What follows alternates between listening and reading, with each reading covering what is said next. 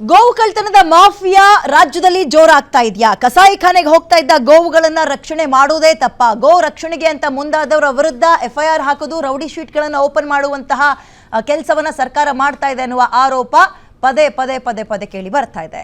ರಾಜ್ಯದಲ್ಲಿ ಗೋಹತ್ಯೆ ನಿಷೇಧ ಅನ್ನುವಂತಹ ಕಾನೂನಿದೆ. ಅಷ್ಟಿದ್ರೂ ಕೂಡ ಇಲ್ಲಿ ತನಕ ಎಷ್ಟು ಕೇಸ್ಗಳು ಕಸಾಯಿಖಾನೆಗೆ ಒಡ್ಕೊಂಡು ಹೋಗ್ತಾ ಇದ್ದವ್ರನ್ನ ಅಥವಾ ಗೋ ಕಳ್ತನ ಮಾಡ್ತಾ ಇದ್ದವರ ವಿರುದ್ಧ ಕೇಸ್ಗಳನ್ನ ರಾಜ್ಯ ಸರ್ಕಾರ ಹಾಕಿದೆ ಅಥವಾ ಪೊಲೀಸರು ಕ್ರಮಕ್ಕೆ ಮುಂದಾಗಿದ್ದಾರೆ ಅನ್ನುವಂಥದ್ದೇ ಸದ್ಯದ ಪ್ರಶ್ನೆ. ಇದಕ್ಕೆ ಸಂಬಂಧಪಟ್ಟಂತೆ ಒಂದು ಡೀಟೇಲ್ಡ್ ಆಗಿ ರಿಪೋರ್ಟ್ ಇದೆ, ಮೊದಲು ನೋಡ್ತಾ ಹೋಗೋಣ.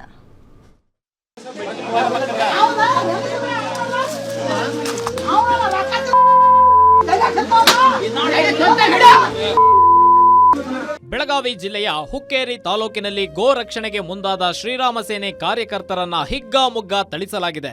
ಗೋವುಗಳ ರಕ್ಷಣೆ ಮಾಡಿದ್ದ 5 ಹಿಂದೂ ಕಾರ್ಯಕರ್ತರ ಮೇಲೆ ಹಲ್ಲೆ ಮಾಡಲಾಗಿದ್ದು, ಶ್ರೀರಾಮ ಸೇನೆ ಹಾಗೂ ಹಿಂದೂ ಕಾರ್ಯಕರ್ತರ ಮೂಲಕ ಚಲೋ ಇಂಗಳಿ ಕರೆ ಕೊಟ್ಟಿದ್ದಾರೆ.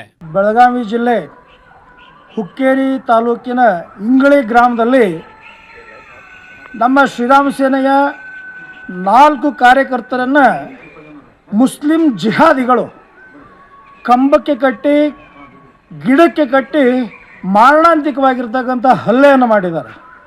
ಗೋ ರಕ್ಷಣೆಗೆ ಹೋದಂಥವ್ರು, ಗೋವುಗಳ ರಕ್ಷಣೆಗೆ ಹೋದಂಥವರನ್ನು ಈ ರೀತಿಯಾಗಿ ಕಾನೂನನ್ನು ಕೈಗೆ ತಗೊಂಡು ತಾಲಿಬಾನ್ ರೀತಿಯೊಳಗೆ ನಿನ್ನೆ ದಿವಸ ಏನು ಅವ್ರ ಮೇಲೆ ಹಲ್ಲೆಯನ್ನು ಮಾಡಿದ್ದಾರೆ, ಅವರ ವಿರುದ್ಧವಾಗಿ ಶ್ರೀರಾಮ ಸೇನೆ ತೊಡೆ ತಟ್ಟಿ ನಿಂತ್ಕೊಂಡಿದೆ.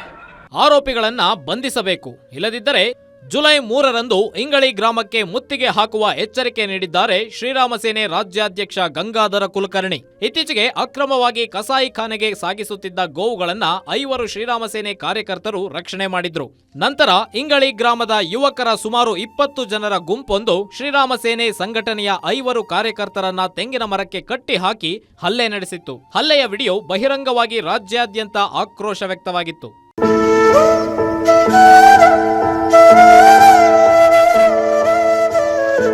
ಶ್ರೀರಾಮ ಸೇನೆ ಕಾರ್ಯಕರ್ತರ ಪ್ರಕಾರ ಪೊಲೀಸರಿಗೆ ಸಾಕ್ಷಿ ಸಮೇತ ದೂರು ಕೊಟ್ಟರೂ ಅವರು ಕ್ರಮ ಕೈಗೊಳ್ಳಲಿಲ್ಲ. ಹೀಗಾಗಿ ಕಾರ್ಯಕರ್ತರೇ ಗೋವುಗಳ ರಕ್ಷಣೆ ಮಾಡಿದರು ಎಂದು ದೂರಿದ್ದಾರೆ.